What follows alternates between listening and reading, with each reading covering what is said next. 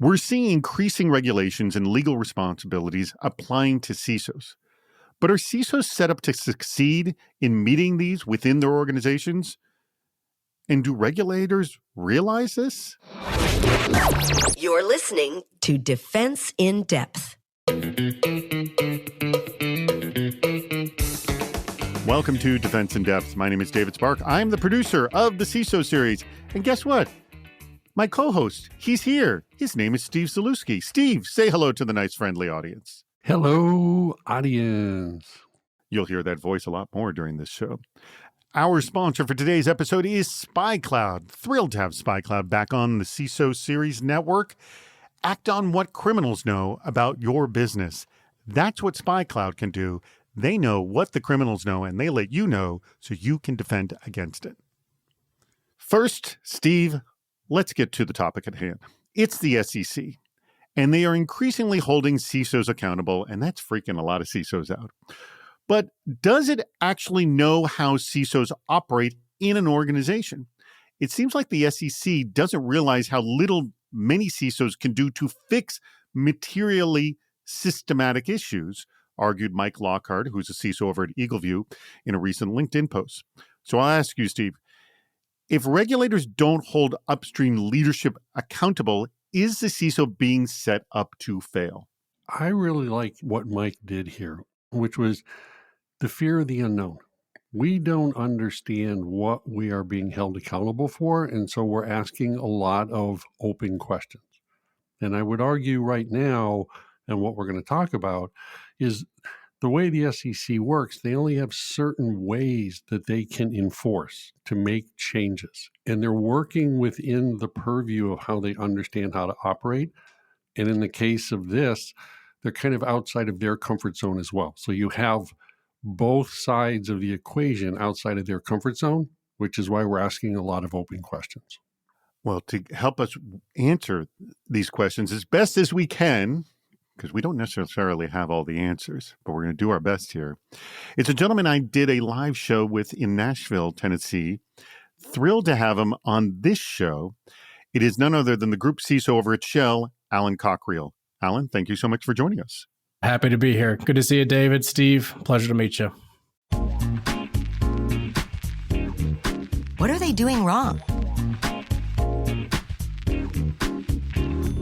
Ted Hyman, who's the CISO guru, said, quote, "The CISO is not Superman. He does not have special powers, and he is only as good as the team he has in place around him. He has a limited budget, a shortage of talent, and has to contend with nation-state actors that have nearly unlimited budgets, unlimited manpower, and unlimited MIPS. How can you hold a CISO accountable when the company has been breached by a nation-state? Holding CISOs accountable for a breach is ridiculous unless there was true negligence." And Jonathan Waltrip, who's the CISO over at the Wizard Company, said, quote, "The SEC is now demanding full transparency, and boards of publicly traded companies are now on notice to over-communicate. It can be difficult, though, in a public disclosure to provide enough detail to outline the risk without showing all of one's cards. Where's the balance in how much info to disclose?"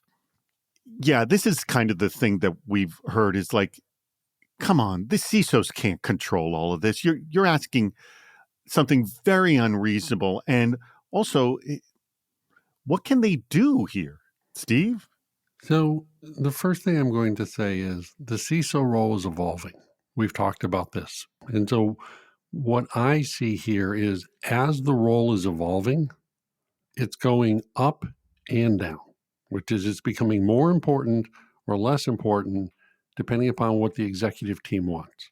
And so when I look at Jonathan's quote, right, the realization here is, hey, both sides are understanding we're having to go through change. We're not sure how to do this.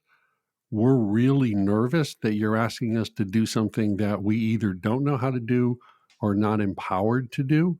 And so now we're having what I'm hoping is going to be an intelligent discussion, right, between the industry players to figure this out. And I mean, Alan, pretty much every company we speak with is the CISO isn't directly making public announcements. they are going through the communications department, or they're just advising someone else who makes the more public announcements. So, I mean, isn't the job of a CISO to be a risk advisor, really, in all these situations? Yes? I think Steve nails it. This role is in flux. CIOs and CISOs have wanted to be elevated from a leadership perspective for many, many years. And, the CISO is now being elevated in terms of importance, in terms of visibility, and in the US in terms of liability. And it's one of those things, be careful what you wish for, because you just might get it. And I liken the changes that are happening now similar to CFOs in the early 2000s when you had Enron. Now, did we go and have a cyber version of SOX? Probably not. I think what was actually passed is probably maybe under what it could have been in terms of holding the board and senior leadership accountable, but it does elevate the risk of cybersecurity. It does make sure that companies are held accountable to have a baseline expectation of cybersecurity.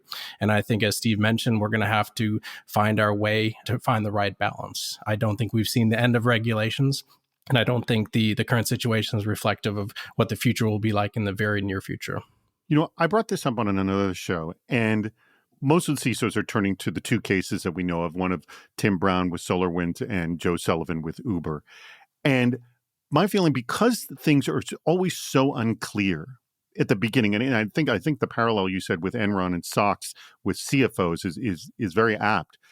Do you feel that because things are unclear, and either one of you jump in on this, that they're just waiting for the CISO guinea pigs, and like Tim and Joe were the first of them, and we essentially learn from the first guinea pigs, and nobody kind of knows who's going to be the first ones? Steve, you're nodding your head. So one of the things we talk about is, and the SEC will agree, they're not experts in cybersecurity. Okay, they're not. They don't have a set of experts. But what they can do, right, is if you lie and money is made, white collar crime, we can do something about that. And they're applying that pattern to cybersecurity now with Tim Brown, because that is the way that they can enforce the law, so to speak, and demand that we have this conversation around risk management. And so this is a case where I say, what are they doing right versus what are they doing wrong, which is within their purview of how they know how to prosecute.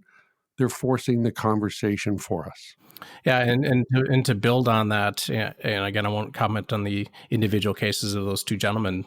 When I've had interactions with the SEC and similar regulatory agencies internationally, they want companies to do the right thing. So they will use the tools that they have within their arsenal to be able to achieve their outcome. And this outcome is elevating the risk of cybersecurity, having an increasing standard of expectations for companies, more rigorous reporting and disclosure obligations. And, they're using the tools that they have to get that done. They may not be the best tools, but I genuinely see them trying to do the right thing. But I do think there's going to have to be an adjustment and tuning as we work our way into this new reality. Where does the solution fall short? Mike Petrick of Newspire said, quote, I am unclear on the motivations of the SEC in this case. I appreciate the need for ethical behavior, especially in publicly traded organizations, but being overly heavy-handed with CISOs does not in any way help the cause against external threats. Rather the opposite. When good CISOs find their way out of the industry in an abundance of caution and self-preservation. And Damon A. Galladay of Leonardo DRS said, quote, this sets a tone for how the SEC views unaddressed cyber risk and how they will prosecute it. There will be a mass exodus of CISOs. Companies without CISOs will lose investors, and then there will be a huge need for new CISOs. So actually, I'm glad about you made that last comment, Alan, because this is all about how you view the issue or what team you're on here. These people are obviously looking at it from the CISO's viewpoint. It's unclear. CISOs are going to leave because it's unclear and they're fearing for their jobs. But as you just said, like, hey, the SEC wants to do a good job. They want everyone to be ethical. They are just using the tools that they have currently. So these people are just understandably fearful because, well, heck, they're not regulators themselves and they don't know what that job entails. What do you think? Well, like I like to keep things very simple, and I think the role of the CISO is going to get very difficult. There was a push to elevate the role of cyber and the role and profile of the CISO, and again, as I mentioned earlier, be careful what you wish for because you just might get it. And for CISOs that leave the industry, again, that's on their own judgment.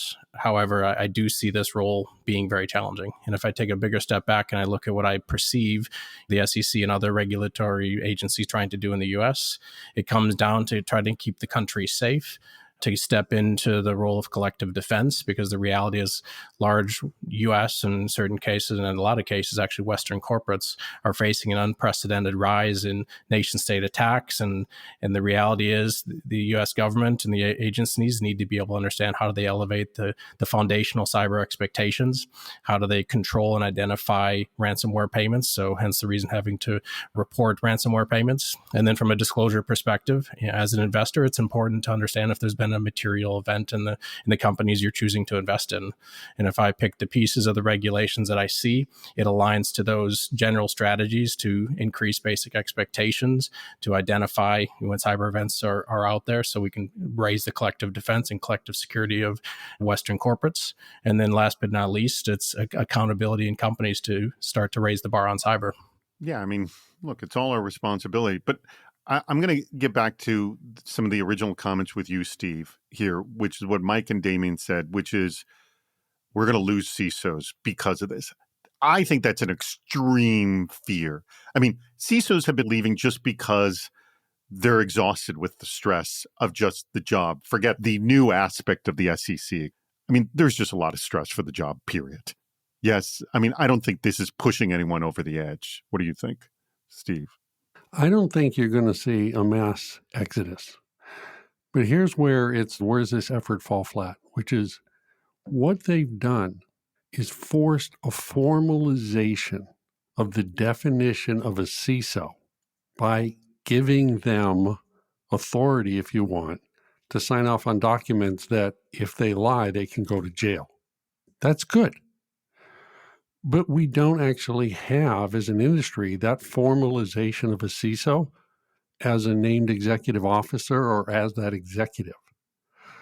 And so some of the consequences here, being very practical, is for a lot of CISOs, right? They've been appointed or anointed for CISO, but now that this formalization exercise is going to go through, you're actually going to see a lot of CISOs become directors of security because it'll be the CFO or it'll be chief legal counsel that will actually be assigned the CISO role if they have to sign off on documents. And it'll be a subset of CISOs that are also then brought up to the executive ranks. So I see this actually it's great that they're formalizing the CISO role with regards to accountability, but we've got a lot to learn now to formalize what that looks like. Do you get certifications? How do you do that? And many companies, I think, are going to lower the CISO title in the organization and transfer that risk somewhere else.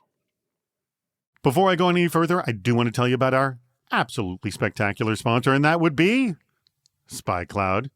Now, it's no surprise to our listening audience that given the constant news about high-profile data breaches, that the criminal underground is booming. But the reality, why they're booming, it's the growth of stolen identity data. We're talking passwords, session cookies, and PII. That is what is fueling the fire. Now, if you're relying on threat intelligence to understand the risk that your stolen employee and customer data poses to your company's risk of cyber attacks, we have news for you. It's not enough. What you really need is to understand exactly what criminals know about your users, the stolen identity data they're using to target your business right now. So our friends over at SpyCloud, they're the leaders in cybercrime analytics and today's sponsor. They know this information, and they actually arm your security team with the identity intelligence you need to act on stolen data. Now, whether this was exposed in a breach, an info stealer infection, or a phishing attack, their automated solutions integrate with your favorite tools so you act on the exact information criminals are using to target your business now. Now, without massive effort or overhead. I mean, it's actually quite easy to use. Put an end to account takeover, an end to session hijacking, and even ransomware with SpyCloud. Now, here's what you're going to want to do. You're going to want to get a report of your users. So this is tailored to you. Your users' expose identity data. And you can get it for free over at spycloud.com. I've seen it, and it was totally worth the free. I can't stress that enough. You will want to see this. It's going to scare you a little bit, but trust me, that information is going to be extraordinarily valuable to you. So go to spycloud.com. It's spelled exactly the way it sounds, spycloud.com. Go check it out. What must a security leader be able to do? Charles Herring of Witfu said, quote, CFO can't blame the CEO for making knowingly fraudulent accounting disclosures, and neither can the CISO on cyber disclosures. If the CFO reports to management and they still publish fraud, he must report it to law enforcement. CISO is no different. Fiduciary officers cannot defraud the government or shareholders. Every corporate officer either is always mindful of staying far away from a Wells notice or is heading towards one. That's a good line there. Jennifer Bayek said, quote, in my experience with the SEC, sending in paperwork on the people who have specific job titles is a regulatory requirement, and the individual has to personally sign the paperwork. The message for CISOs should be, if you cannot personally vouch for living inside best practices, when they ask you to sign, look for another job. I mean, I think both Charles and Jennifer put it pretty clear here. It's like, it's part of your job to report things as legitimately and as well as you know, whether you're the CISO or the CFO. Yes, Alan? I agree. Yeah, there would be one tweak to the last comment that I would make, and I would say it's less in terms of operating within best practices, but it's operating within your company's control framework. Mm-hmm. I genuinely believe that large corporates should have some sort of control framework to, again, manage risk within the organization. And the cyber leader, the CRO, the CSO, depending on how it's articulated in that company, needs to make sure that what they report is analytically accurate, so it's fair and balanced, but then it also reflects the company's control structure and risk appetite.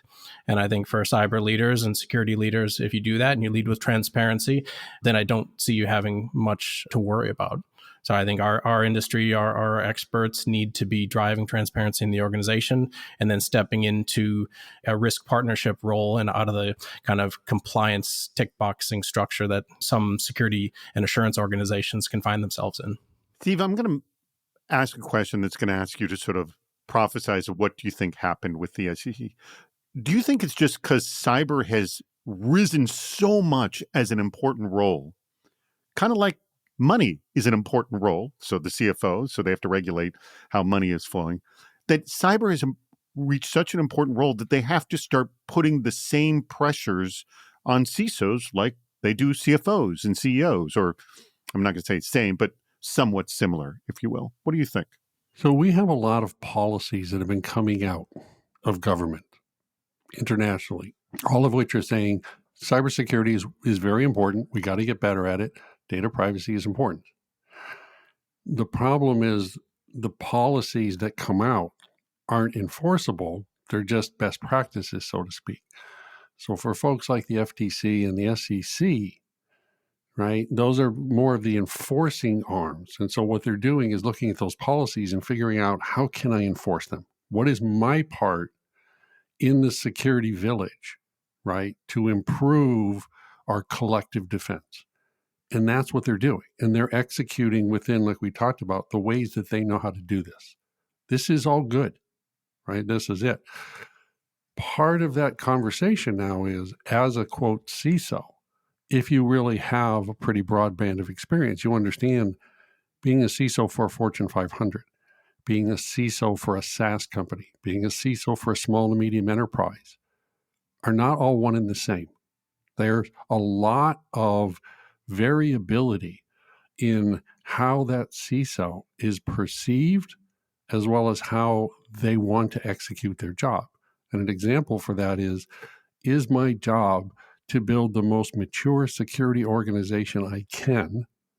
Or is my job to have good enough security for this company to make payroll for another week? It's not either or, okay? It's and.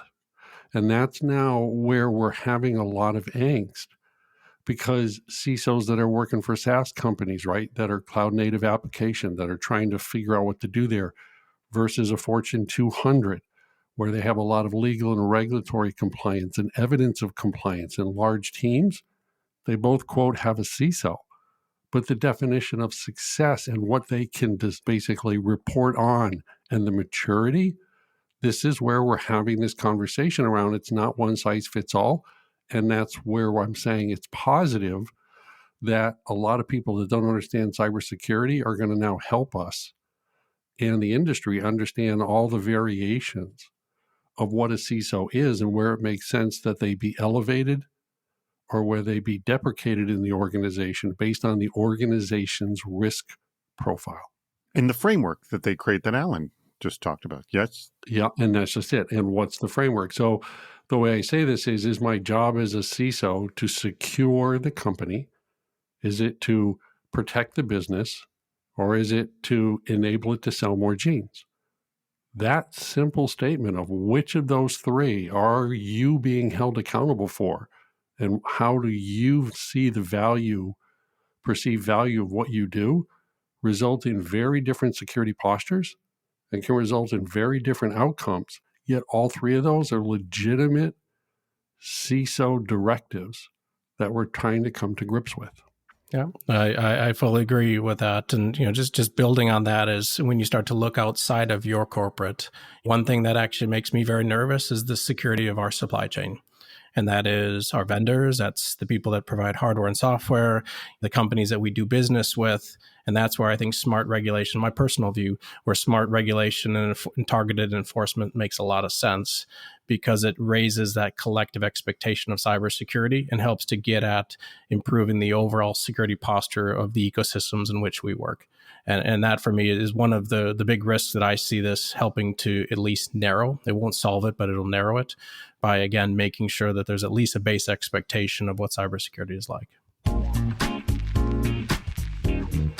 No one said it would be easy. Brian Becker of Class 4 said, quote, "On one hand, Tim of SolarWinds might not have had the support of his upstream leadership, and I hope he had a story and a CYA documentation he can bring to the table. If he signed these documents and portrayed a false picture publicly under pressure from executives, he might have a case. If he doesn't, then fraud is fraud, and I'll watch his case closely. On the other hand, no individual is on an island as a CISO. It takes a village, and there should be a heavy hand for not just the CISO, but everyone involved, C-level, risk managers, and especially the board of directors. Clear lack of oversight and due care here by the management team."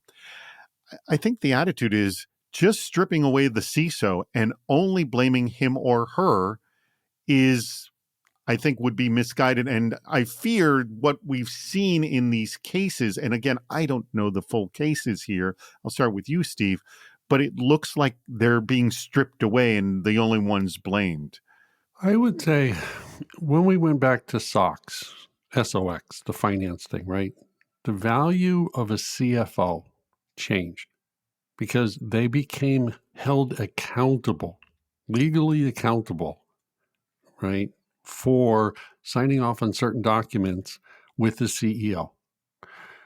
Again, what I think here is everybody's been saying CISO, CISO, CISO is the acronym for the new cybersecurity executive that, like your lawyer and like your CFO, now need to be that named executive responsible for cybersecurity risk. That's the good news. The bad news is the CISO role really doesn't exist yet. It's very dynamic. It's primarily technical still. It's migrating into a business role. And the organizations and the policymakers are all now simply saying, well, now that we've agreed that the CISO is the accountable party, everybody's kind of looking and going, that whole CISO thing we've been talking about, not quite so clear as what we want. And that's the exercise we're going through of the formalization of the CISO role over the next 3 to 5 years, or I should say more formalization over what it is, because it's been morphing, but nobody's cared up until now. Because while we might pay a fine, right, if it's GDPR, we've never been held accountable for a felony. And this exercise of it's a felony and it goes to jail, right, means that our ability to know where we fit in that is the exercise we're going through. And so I think, I always say eventually common sense prevails. Common sense will break out for small amounts of time, and then we go into irrationality again. And I would say we're at the beginning here of common sense is going to break out as it goes through the court systems, because a whole lot of people now are really going to understand what the CISO role is. And you're going to see a lot of good things happen in the industry. But in the meantime, fear, uncertainty, and doubt that cybersecurity has sold to our executives to be able to buy product is now being turned on us.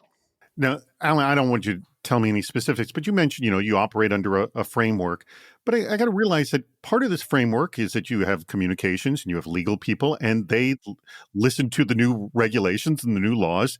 And then they come back and advise you like, hey, guess what, Alan? This and this is happening. So we need this kind of reporting because our framework has to adapt for this.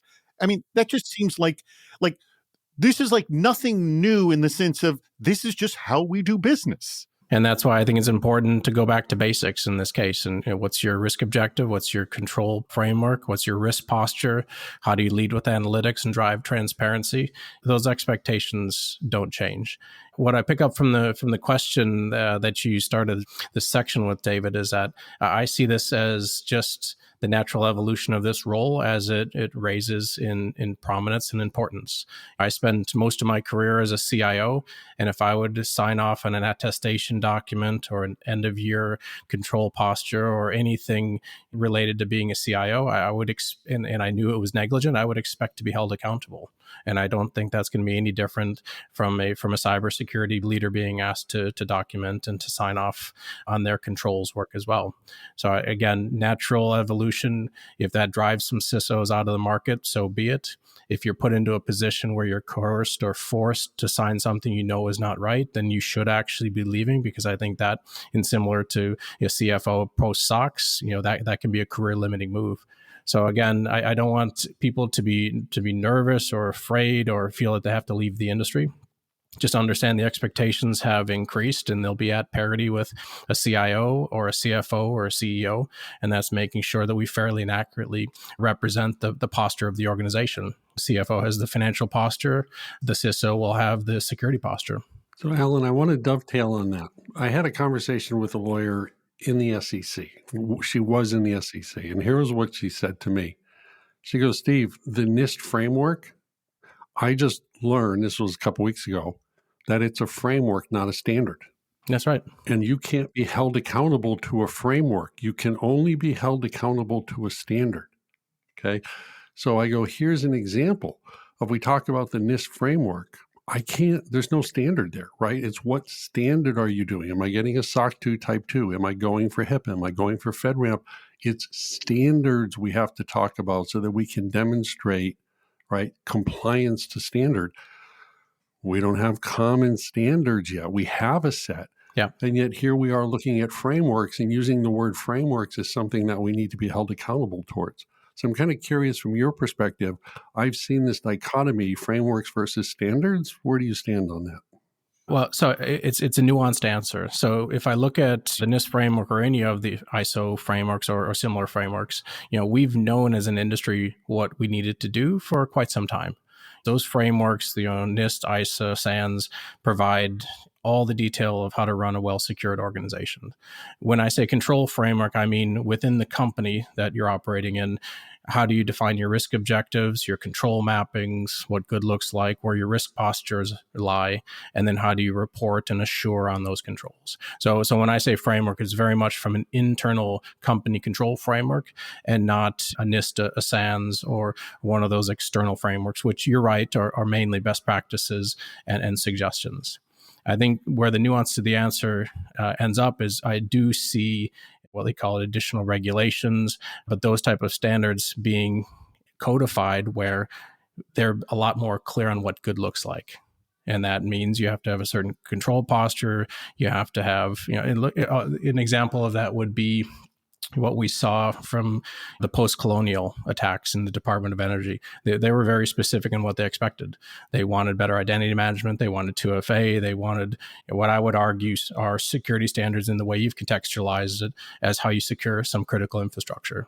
So I see something like that probably ending up more broadly, potentially healthcare industry with some of the recent attacks. I think they're probably going to see an increased expectations, and those would be codified standards and what the regulators would be looking to see as basic cybersecurity postures.